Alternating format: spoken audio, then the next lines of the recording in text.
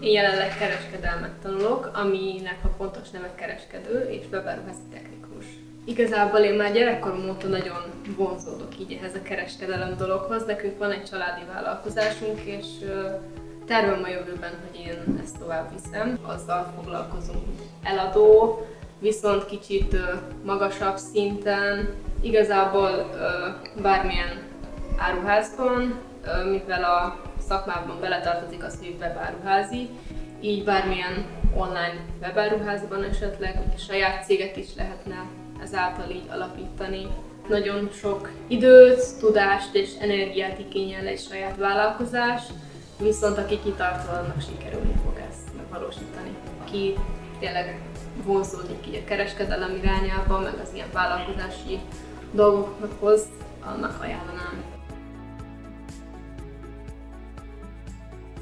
Szerintem nagyon fontos az, hogy minél több szakember tudjon így elhelyezkedni.